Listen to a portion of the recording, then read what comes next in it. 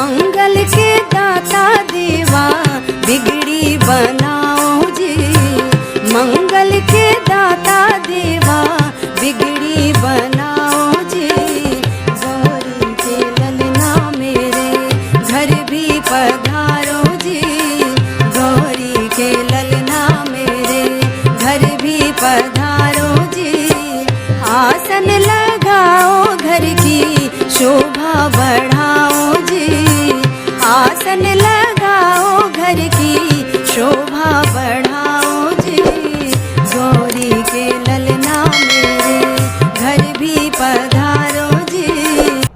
ओम स्वस्ति न इंद्रो वृधस्रवाः स्वस्ति नः पूषा विश्ववेदाः स्वस्ति नस्तार्क्ष्यो अरिष्टनेमिः स्वस्ति नो बृहस्पतिर्दधातु। दूध से अभिषेक हमारी संतान की वृद्धि के लिए होता है, अपने परिवार की मंगल कामनाओं के लिए कहता है। जैसे हमारे ब्रज में तो वैसे भी कहा जाता है भैया दूधो नहाओ और पूतो फलो, है ना। और दो भाव होते हैं उसके। हमारे यहाँ कहा जाता है कि भैया आप दूध से नहलाओगे तो आपको पुत्र पौत्र आदि परिवार की प्राप्ति होगी। ओम मय गिरिनंदिने नंदित मेदिने विश्वविनोदिने नंदिनुते गिरवर विंध्य शिरोदिनि वासिनि विष्णु विलासिनि जिष्णुनुते भगवते सितकंठ कुटुंबिनि भूरि कुटुंबिनि भूरि कृते जय जय हे महिषासुर मर्दने रम्यकपरधने शैलसुते माँ जय जय हे महिषासुर मर्दने रम्यकपरधने शैलसुते। ओम भूर्भुवस्सुः श्री महाकाली महालक्ष्मी महासरस्वती अंबिकायै नमः दुर्गायै नमः सिंहवाहिनी नमः प्रार्थना नमस्कारम समर्पयामि। बोले सच्चे दरबार की जय। नमामि शमीशान निर्वाण रूपम विभुं व्यापकं ब्रह्मवेद स्वरूपम निजं निर्गुणं निर्विकल्पं निरीहं चिदाकाशमाकाशवासं भजेऽहं निराकार निराकार मूलं तुरीयं गिराज्ञान ज्योतितमीशं गिरीशं करालं महाकाल कालं कृपालं गुणागार संसार पारं नतोऽहम्। जय सिया राम। हर हर महादेव। लिंग थापी विधिवत करी पूजा, शिव समान मोहि कोई न दूजा। ये भगवान राम का स्पष्ट उद्घोष है कि भगवान शिव के समान प्रिय उन्हें कोई दूसरा नहीं है। आज पूज्य आचार्य जी उपस्थित हैं, आप लोगों के चिर परिचित आचार्य सुरसेन बिजवासी जी। स्वागत है आपका आचार्य जी। जय सिया राम। और आचार्य जी, आप श्री राम कथा, हनुमंत कथा, श्रीमद् भागवत कथा के आप जानकार तो हैं ही, आप कथा तो करते ही हैं, साथ ही कर्म कांड के भी आप बहुत अच्छे जानकार हैं। और जब जब मौका मिलता है, ईश्वर की इच्छा होती है, तब हमारा आग्रह होता है कि आचार्य जी से कुछ पूजन भी हम लोग कराएं और पुण्य फलों के भागी बने। तो आज रुद्राभिषेक की तैयारी है, आचार्य जी शुरू करेंगे। लेकिन उससे पहले आचार्य जी से आग्रह होगा कि रुद्राभिषेक का महत्व भक्तों को बताएं और रुद्राभिषेक करने से किन पुण्य फलों की प्राप्ति होती है, ये आपको संक्षेप में आज आचार्य जी पहले बताएंगे। जय सिया राम। हर हर महादेव। देखिए, सबसे पहली बात यह है कि रुद्राभिषेक क्यों किया जाता है। भगवान शंकर की अति प्रसन्नता के लिए हम लोग रुद्राभिषेक का कार्य संपन्न करते हैं। कथा है, गुरुजन बताते हैं कि जिस समय भगवान शंकर ने हलाहल विष का पान किया था, तो उस समय जब व्यक्ति कोई भी विष का पान करता है तो अंदर से विष की अग्नि उसको प्रभावित करती है और उसकी वजह से बेचैनी व्यक्ति के अंदर बढ़ती है, तो उसे जल की आवश्यकता होती है। तो देवताओं ने जब महादेव को देखा कि उन्होंने उस विष का पान किया, तो उन्होंने लगा कि हमें भी कुछ ऐसा प्रयास करना चाहिए जिससे भगवान शंकर को और जो विष की अग्नि है वो शांत हो। तो देवराज इंद्र के साथ में समस्त देवताओं ने 1000 धाराओं के साथ में भगवान शिव का जल धारा से अभिषेक किया। 1000 धारा, सहस्त्र धारा अभिषेक हुआ और उसके माध्यम से ये कामना की गई कि इसके माध्यम से भगवान शंकर को और जो विष है उससे शांति मिलेगी और भगवान शंकर प्रसन्न होंगे। और तब से लेकर आज तक यह परंपरा बनी हुई है कि हम श्रृंगी, जिससे हम अभी अभिषेक करेंगे, उसके माध्यम से एक अखंड धारा के माध्यम से भगवान शंकर का अभिषेक करते हैं, जिससे भगवान शंकर को आनंद की अनुभूति होती है। और भगवान शंकर जब प्रसन्न होते हैं तो वो हमें भी मनवांछित फल की प्राप्ति कराते हैं। पहली बात ये है। दूसरी बात कि किससे अभिषेक करने से क्या होता है और कौन सा पुण्य मिलता है। देखिए, आज हम नर्मदेश्वर महादेव की पूजा कर रहे हैं। 4 प्रकार से शिव महापुराण के अंतर बताया गया है कि 4 प्रकार से आप भगवान शंकर की पूजा कर सकते हैं। एक मणिलिंग होता है। पहले जो सतयुग था उस समय मणि से निर्मित भगवान शंकर की पूजा का विधान था। उसके बाद में बाणलिंग, भगवान जो आज हमारे सामने है नर्मदेश्वर, इन्हें बाणलिंग कहा जाता है इनका। उसके बाद में पारद, जो पारद के भगवान शंकर होते हैं वो। और चौथे हैं आपके पार्थिवेश्वर महादेव, इनका जो मिट्टी से बनाए जाते हैं, जो माँ जानकी ने, कहीं कहीं वर्णन आता है माँ जानकी ने शिव जी की स्थापना की थी, और कहीं कहीं वर्णन आता है कि वो भगवान राम जी ने स्थापना की थी। दोनों का वर्णन आता है उसमें। तो 4 प्रकार से आप भगवान शंकर के उन स्वरूपों की पूजा कर सकते हैं। बाकी आप शिवालय में जाकर के तो कर ही सकते हैं, उसमें तो कोई ऐसी बात है ही नहीं। तो ये पूजा करने का विधि है। दूसरा, आप पूजा करने से कौन सा पुण्य फल प्राप्त होता है। हम दूध से अभिषेक करते हैं। दूध से अभिषेक हमारी संतान की वृद्धि के लिए होता है, अपने परिवार की मंगल कामनाओं के लिए कहता है। जैसे हमारे ब्रज में तो वैसे भी कहा जाता है भैया दूधो नहाओ और पूतो फलो, है ना। और 2 भाव होते हैं उसके। हमारे यहाँ कहा जाता है कि भैया आप दूध से नहलाओगे तो आपको पुत्र पौत्र आदि परिवार की प्राप्ति होगी। और दूसरा भाव ये भी होता है, दूधो नहाओ पूतो फलो का भाव ये भी होता है कि भैया जिस तरह से व्यक्ति के पास दूध और दही की कमी नहीं होती, क्योंकि प्राचीन समय में संपन्नता का प्रतीक यही था। आपके पास दूध दही अगर व्यवस्थित है तो इसका मतलब आपका सब कुछ सही चल रहा है। तो ये दोनों भाव हैं। तो पहला भाव ये है कि भगवान शंकर को जब हम दूध से अभिषेक करते हैं तो ये हमारे उन्नति के लिए होता है, परिवार की समृद्धि के लिए होता है। हम गन्ने के रस से भगवान शंकर का अभिषेक करते हैं। वो भगवान शंकर का अभिषेक हमारे जीवन में समृद्धि के लिए कारक होता है, लक्ष्मी की प्राप्ति को कराने वाला होता है। गन्ने के रस से किया गया अभिषेक। बहुत सी जगह शास्त्रों का विधान है कि सरसों के तेल से भी अभिषेक किया जाता है। उसके 2 भाव होते हैं शत्रु विनाश के लिए। अगर बाह्य दृष्टि से देखा जाए तो शत्रु विनाश का मतलब ये है कि आपके मार्ग में जो बाधक बन रहा है उसको सन्मार्ग पर लाने के लिए आप ये कर रहे हैं। और दूसरा, अगर संतों की भाषा में देखा जाए तो वो कहते हैं हमारे अंदर के जो शत्रु हैं, काम क्रोध लोभ मोह, उनका भी समन होना जरूरी होता है। तो उससे भगवान शंकर का हम लोग अभिषेक करते हैं। दूसरी बात ये है कि अगर ज्योतिषीय परंपरा के अनुसार हम देखते हैं तो आपकी कुंडली में कालसर्प दोष बना हुआ है, या आपकी कुंडली में राहु से ग्रसित कोई स्थिति बनी हुई है, या केतु से संबंधित कोई समस्या बनी हुई है, तो आप उन सब के निवारण के लिए रुद्राभिषेक कर सकते हैं। आप मान लीजिए कि आप कालसर्प दोष का निवारण नहीं कर पा रहे हैं, तो आप केवल और केवल श्रद्धा के साथ में रुद्राभिषेक का कार्य करिए। उसको करने से आपको उसमें बिल्कुल सफलता मिलती है, क्योंकि भगवान शंकर की पूजा करने से राहु केतु शनि तीनों का समन होता है, अर्थात उनके माध्यम से आपको प्राप्त होने वाला जो दुष्परिणाम है वो समाप्त होता है भगवान शंकर की कृपा से। तो आप भगवान शंकर की सन्निधि में उसके माध्यम से आप पूजन अर्चन कर सकते हैं। और इसको करने के लिए वैसे तो आप कभी भी कर सकते हैं, लेकिन विशेषतः श्रावण का महीना, सोमवार का दिन, त्रयोदशी का दिन, ये भगवान शंकर को विशेष प्रिय दिवस हैं। शिवरात्रि का महापर्व आप इन पर कर सकते हैं। और अगर बच्चे की कुंडली में कालसर्प दोष आदि है तो आप बच्चे के जन्मदिन के अवसर पर भी आप इसको कर सकते हैं, और उसके करने के माध्यम से आपको 100 पुण्य फल की प्राप्ति होती है। तो ये भगवान शंकर का ऐसा पूजन है, अर्चन है, जिसमें 2 से 3 घंटे का समय लगता है।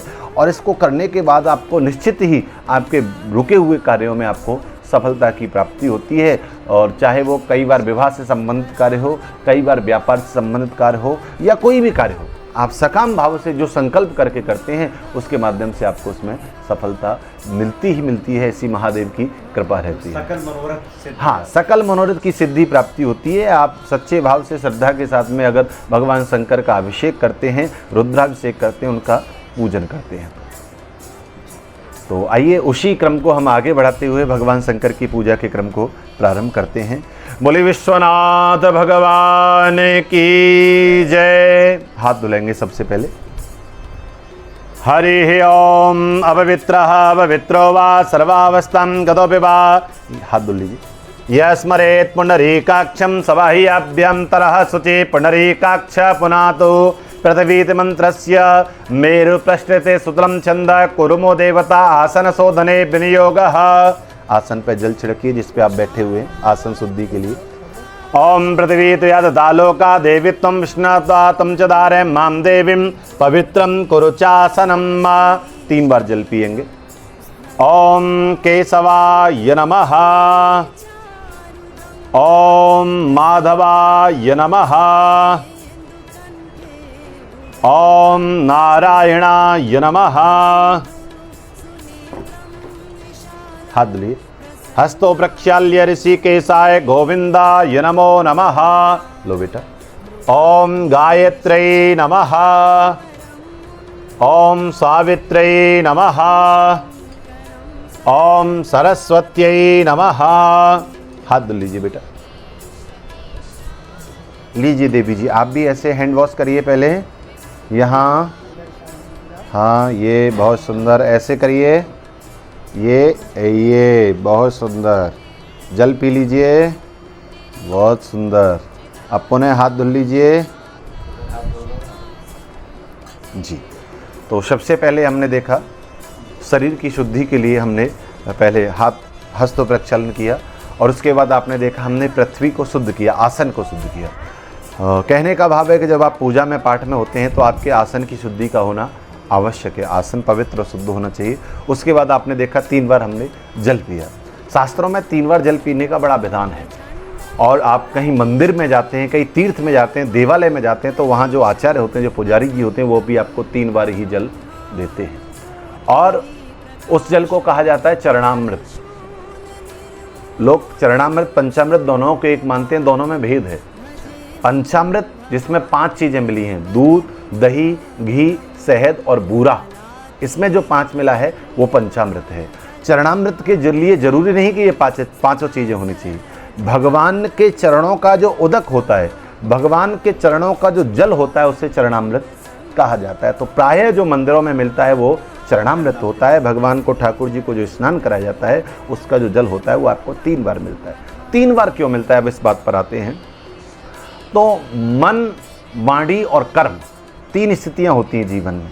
तो सबसे पहले जो हम जल पीते हैं वो मन की शुद्धि के लिए पीते हैं, क्योंकि आपका मन ठीक है तो आपका मन पूजा में भी लगेगा, पाठ में भी लगेगा, कार्य में भी लगेगा, व्यापार में भी लगेगा। अगर मन के अंदर आपके स्थिरता नहीं है, अशांति है, तो वो फिर किसी में नहीं लगेगा। तो पहली बार हम जल पीते हैं कि पूजा में हम बैठ रहे हैं तो हमारा मन एकाग्रचित हो।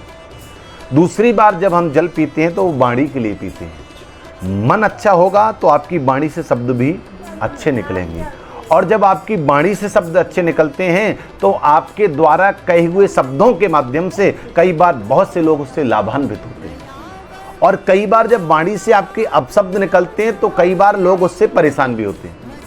तो इसलिए हम कामना करते हैं कि प्रभु आपके चरणों में बैठे हैं, सबसे पहले हमारा मन शुद्ध हो, दूसरा हमारी वाणी से अच्छे भाव निकलें, ताकि हम आपको भी बोलें तो अच्छी चीज़ बोलें, या लोगों के लिए बोलें तो भी अच्छा बोलें, जिससे उनको अंदर से आनंद की अनुभूति हो। तीसरी बार जो जल पिया जाता है वो आत्मा की शुद्धि के लिए पिया जाता है। आपका मन ठीक होगा, आपकी वाणी ठीक होगी तो आत्मा अपने आप ठीक हो जाएगी। अगर मन ठीक नहीं है, वाणी से अपशब्द निकल रहे हैं, तो आपकी आत्मा भी परेशान रहती है। अगर दिन में आपने किसी के साथ में अव्यवहार किया है तो रात्रि में जब आप शयन करते हैं तो आपको नींद नहीं आती है, आप उसी को याद करते हैं कि आज मैंने ऐसा क्यों किया, जब आप शांत होते हैं। तो पहली बार मन की शुद्धि के लिए, दूसरी बार वाणी की शुद्धि के लिए, और तीसरी बार आत्मा की शुद्धि के लिए हमने ये 3 बार जल पिया। आइए अब दीप प्रज्वलित करेंगे। हरि ओम चंद्रमा मनसो जात चक्षो सूर्यो अजायत श्रोत्राद्वायुश्च प्राणश्च मुखा दग्निरजायत दीपो प्रज्वल्य भव वम बटक भैरवाय नमः दीपनाथाय नमः। से पहले हम आह्वान करते हैं कोई भी कार्य होता है तो सबसे पहले देवताओं को विराजमान किया जाता है और कामना करते हैं कि सभी देव आकर के हमारे शुभ स्थान पर विराजमान हों और जो हम पूजा कर रहे हैं, जो हम अर्चना कर रहे हैं, उस पूजा को, उस अर्चना को हमारी को समस्त देव स्वीकार करें। ऐसी भावना के साथ हम आवाहन करते हैं सभी देवताओं का, क्योंकि आवाहन के माध्यम से ही हमारा कार्य प्रारंभ होता है। सबसे पहला कार्य आवाहन। आपने आचार्य जी को निमंत्रण दिया, आचार्य जी आए और पूजा का कार्य प्रारंभ हुआ। उसी तरह से हमने भगवान को निमंत्रण दिया है और भगवान को हम यहाँ पर आवाहनित कर रहे हैं, विराजमान कर रहे हैं। तो सबसे पहले मंगल कामना करते हैं सभी देव हमारे शुभ स्थान पर आकर के विराजमान हों और जो हम मंगलमय पूजा करें उस पूजा को स्वीकार करें। ओम आगच्छ भगवान् देव स्वस्थाने च स्थिरो भव यावत् पूजं करिष्यामि तावत् त्वं सुस्थिरो भव। उल्टे हाथ में रखिए जी, आप नीचे हाथ लगा लीजिए।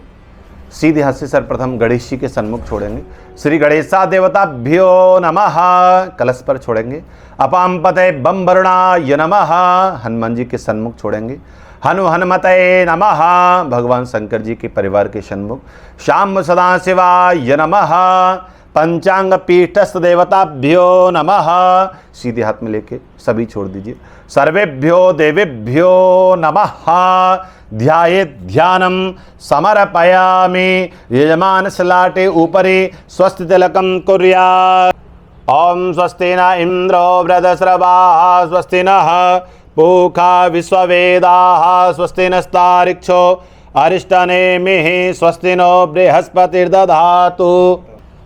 ओम येन वध्यो बली राजा दानवेन्द्रो महाबला तेन त्वां प्रतिपद्नामि रक्षेमाचलमाचल।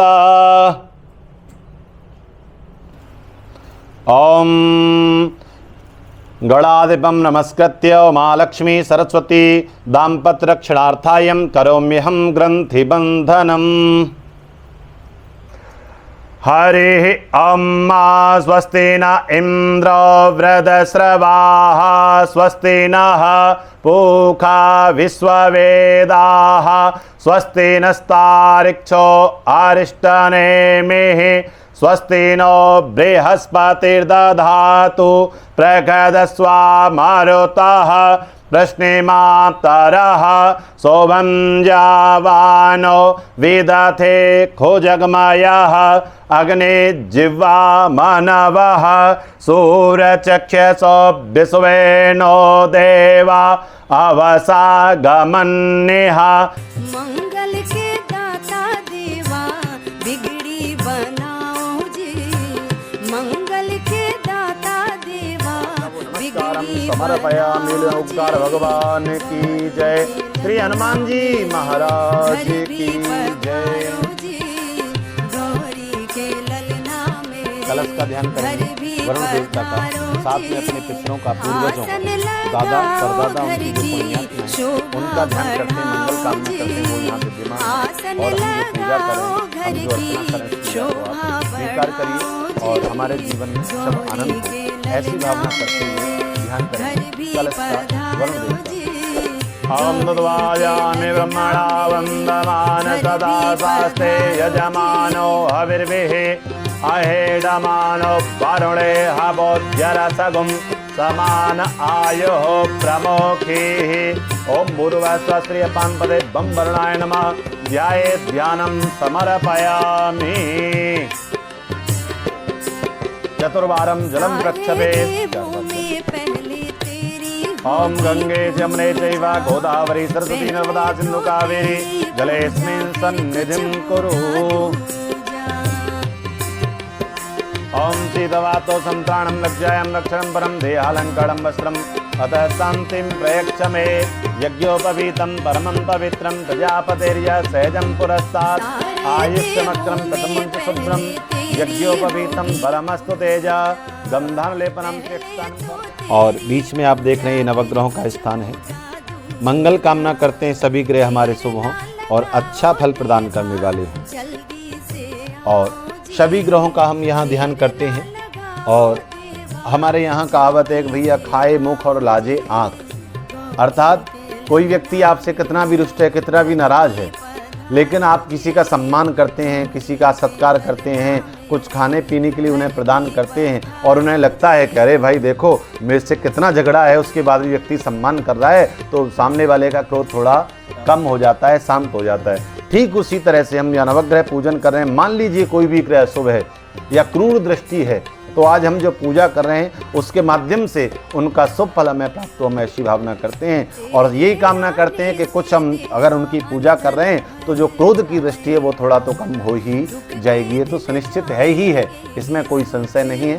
तो सर्वप्रथम हम भगवान सूर्य का ध्यान करते हैं। सूर्य को ग्रहों का राजा कहा जाता है और कहा जाता है जब आपके राजा अनुकूल हो तो बहुत सारी व्यवस्थाएं आपके अनुकूल हो जाती हैं, इसलिए सर्वप्रथम हम सूर्य का ध्यान करते हैं।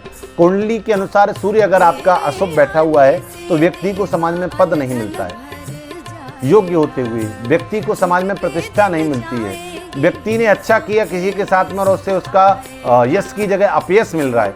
ये कब होता है? जब सूर्य कुंडली में अच्छा नहीं होता है। सूर्य का प्रभाव जब कुंडली में अच्छा होता है तो व्यक्ति प्रतिष्ठित व्यक्ति होता है, सरकार के साथ में उसका संबंध रहता है और उसका आत्मबल बहुत मजबूत रहता है, क्योंकि सूर्य को शास्त्र ज्योतिष शास्त्र के अनुसार आत्मा का कारक ग्रह माना जाता है। और ये बड़ी सैद्धांतिक बात है कि जब आपका आत्मबल मजबूत होता है तो बहुत सारे कार्य जिन्हें आप नहीं कर सकते उन्हें भी कर सकते हैं, क्योंकि आपका आत्मबल मजबूत है। इसी तरह से हम भगवान सूर्य की यहाँ पूजा कर रहे हैं तो मंगल कामना करते हैं कि हमारा आत्मबल भी मजबूत हो, श्रेष्ठ हो। और सूर्य जब कुंडली में अशुभ होता है तो उसको शुभ करने के लिए कुछ नहीं करना है, बहुत छोटा सा उपाय है। आप रविवार के दिन गुड़ और गेहूं का दान करें। रविवार के दिन साबुत गेहूं और गुड़ का दान करें। ऐसा करने से आपका जो सूर्य है वो अच्छा होता है। आज हम ध्यान करते हैं भगवान सूर्य का। ओम कृष्णेन सा वर्तमानो निवेशन्नामृतं मृतंचरण्येन सवितारथेन्ना देवो यात भुवनानि पश्यन्न। ओम भूर्भुवस्सुवः श्री सूर्याय नमः। सूर्य के बाद नंबर आता है चंद्रमा का। जिस तरह से सूर्य आत्म कारक ग्रह है उसी तरह से चंद्रमा जो है मन का कारक ग्रह है। और शास्त्र कहता है मन एवं मनुष्याणां कारणम बद्धमोक्षेह। जीवन में व्यक्ति का मन ही सुख और दुख का कारण बनता है, मन ही उसकी शांति और अशांति का कारण बनता है। आज हम चंद्रमा का ध्यान कर रहे हैं जो कि मन का कारक है, तो मंगल कामना करते हैं कि हमारा मन शांत हो और परमात्मा के मार्ग में प्रशस्त हो, अर्थात आगे बढ़े। चंद्रमा जब कुंडली में खराब होता है तो व्यक्ति को अच्छा कार्य होने के बाद भी उसमें मन नहीं लगता है, अच्छी सुविधाएं मिलने के बाद भी उसमें मन नहीं लगता है। और जब आपका चंद्रमा मजबूत होता है तो आदमी विषम परिस्थितियों में भी समान रह करके अपने जीवन को बिता जाता है और आनंद का अनुभव करता है। आज हम चंद्रमा का ध्यान करते हैं। ओम इमं देवा असपत्रकं सुवध्वं महते जत्राय महते ज्येष्ठाय महते ज्ञानराजाय सेन्द्रियाय अमिमंसे पुत्रमसे विषये सवोमि राजा सोमोस्माकं ब्रह्मणानाकुं राजा। ओम भूर्भुवस्सुवः श्री चंद्रमसे नमः।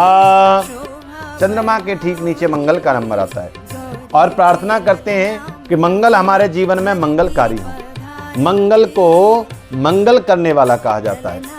और दूसरी बात क्या है कि जीवन में जब भगवत कृपा होती है तभी आपके घर में आपके परिवार में मंगल कार्य होता है। आज शुभ मार्ग में गलत रास्ते पर व्यक्ति का पैसा खर्च हो जाता है, लेकिन अच्छे काम में व्यक्ति को पैसा खर्च होने में बड़ा समय लगता है और कई बार तो प्रयास करने के बाद भी व्यक्ति अच्छा काम नहीं कर पाता है। तो मंगल आपके जीवन में जो मांगलिक कार्य कराने वाला होता है, हम प्रार्थना करते हैं ईश्वर से कि हमारे जीवन में मंगल कार्य हमेशा ही होता रहे, क्योंकि आप भगवान की शरण में रहते तो हमेशा आपके जीवन में मंगल रहता है, क्योंकि भगवान को मंगल भवन कहा जाता है। तो इसलिए कामना करते हैं कि मंगल भी हमारे अनुकूल हो। दूसरा, मंगल जब प्रतिकूल होता है तो अच्छा काम होने नहीं देता है और आपके कार्यों को बिगाड़ता है। उसके लिए सबसे बढ़िया है आप मंगलवार के दिन हनुमान जी की पूजा करें। हनुमान जी की पूजा करने से मंगल उत्तम और श्रेष्ठ होता है। दूसरी बात क्या है कि मंगल को अगर आपको अच्छा करना है तो हनुमान चालीसा का नित्य प्रति पाठ करें और ऐसा करने से आपका मंगल मजबूत होगा। मंगल मजबूत होगा तो मंगल का हमारे शरीर में जो स्थान होता है वो ब्लड के सर्कुलेशन का रहता है। जब मंगल अच्छा होता है तो हमारा ब्लड बहुत अच्छा होता है, तो नहीं तो व्यक्ति के ब्लड में इन्फेक्शन बहुत जल्दी फैलता है मंगल जब अशुभ होता है। तो ध्यान करेंगे मंगल का। ओम अग्निर्मूर्धा दिवः ककुत्पतिः पृथिव्यायं नापागुं रेतागुं सिजिन्वति। ओम भूर्भुवस्व श्री भौमाय नमः। ध्यान करेंगे।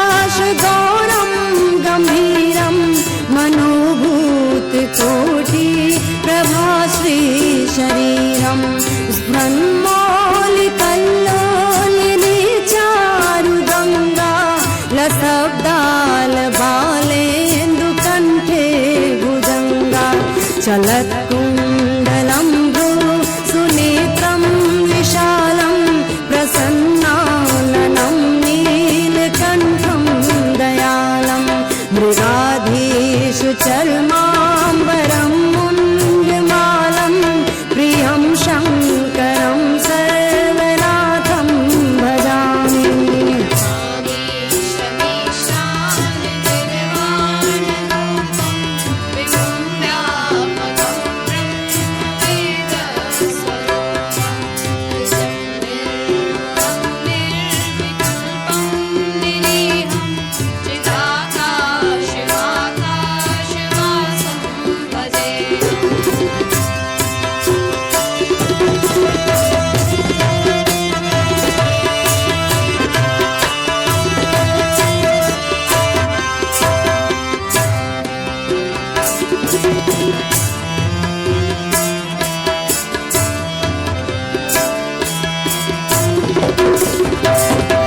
प्रचण्डं प्रतिष्ठं प्रगल्भं परेशम् अखण्डं अजं भानुकोटिप्रकाशं त्रयः शूलनिर्मूलनं शूलपाणिं भजेऽहं भवानी पतिं भवगम्यं कलातीतकल्याणकल्पान्तकारी सदा सज्जनानन्ददाता पुरारी चिदानन्द सन्दो मोहापहारी प्रसीद प्रसीद प्रभो मन्मथारी।